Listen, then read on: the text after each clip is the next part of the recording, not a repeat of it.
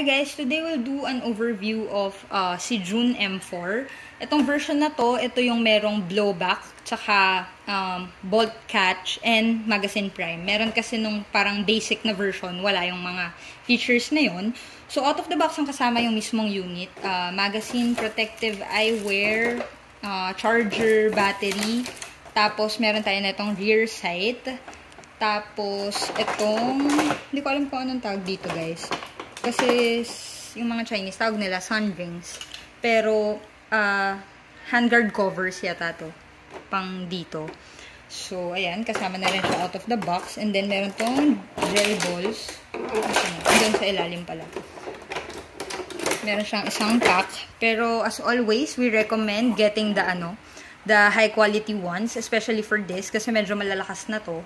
So, mas okay kapag better yung quality ng gel balls natin. Para hindi siya parang nag-i-spray. Yung parang paglabas pa lang, pumuputok na yung gel balls natin. So, ang differences nito, as you can see, kamukhang-kamukha to nung natin eh. Yung previous na model natin, Syma M4.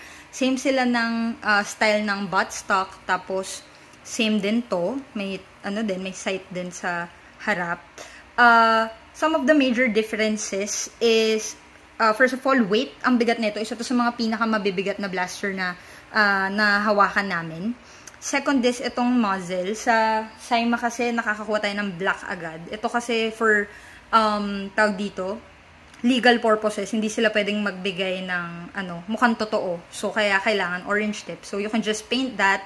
Or pwede kayong bumili ng pampalit. Since standard naman siya, 14mm. Tapos, nagbebenta rin kami nun guys, by the way. Pwede kayong bumili. Tapos, yung dito sa handguard, meron siyang parang aluminum sa loob.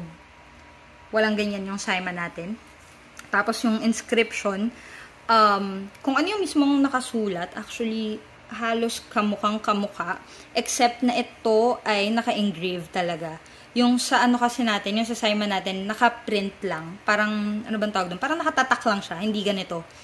So, sobrang ganda nito. Tapos, sobrang solid ng feel niya. Kasi nga, ang bigat talaga. I-weigh natin siya mamaya para makuha natin yung saktong weight niya. Tapos, assemblein ko na rin para makrono natin and matest natin siya. So, ayan. Yung weight niya is 1935 grams. So, almost 2 kilos yung bigat niya. Chrono testing si June M4.